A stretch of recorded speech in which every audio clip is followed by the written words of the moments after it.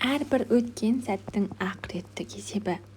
Қайырлы күн, достар. Ең алдымен менің видеомды соңына дейін көру үшін каналыма тіркеліп лайк басуды ұмытпаңыз. Әрбір өткен сәттің ақыреттік есебі уақытты жоспарлауды қалыптастырып, мұсылмандардың өмірлік әдетіне айналдыру үшін дініміз оның маңыздылығына назар аударып қана қоймаған. Сонымен қатар, Құранда да, хадисте де адам өмірінің әрбір сәті есепке тартылатыны өлшеп берілген. Өмір бойы істеген әрбір амалын арнайы періштелердің жіпке тізгендей жазып отыратын. Тек іс амалын ғана емес, адамның ойында қылаң берген жайттардың да жазылатын, есепке тартылатын күні адамның бұлардың ешбірін жоққа шығара алмайтынын, тіпті сол істерді атқарған тілі, көзі, құлағы, қол, аяғы секілді дене мүшелері жеке-жеке куәлік ететінін, жасалған жақсылық не жамандық әрекеті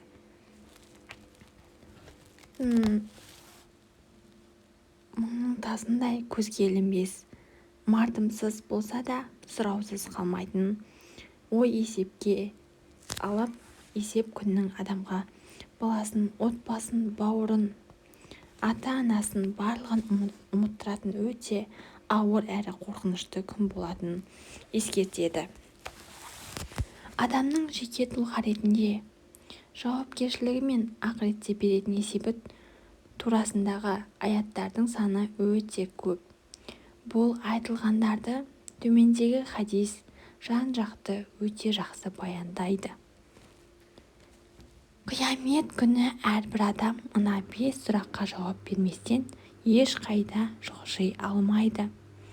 Ол біріншіден, өмірінің әрбір сәтін қайда өткізгені жайлы.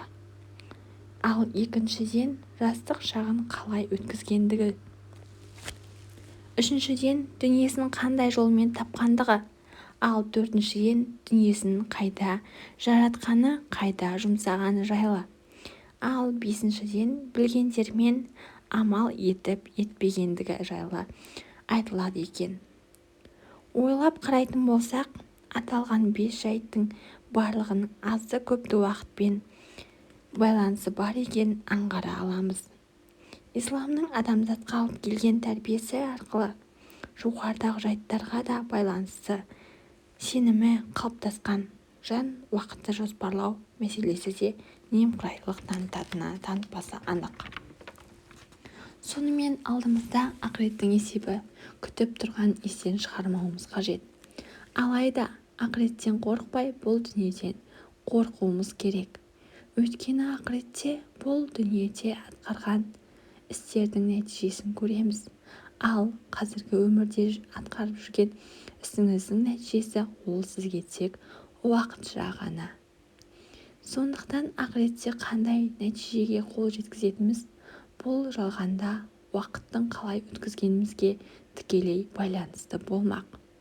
Ал достар, видео ұнаса каналыма тіркеліп лайк басуды ұмытпай, қоңыраушыны басып қоюыңыз керек.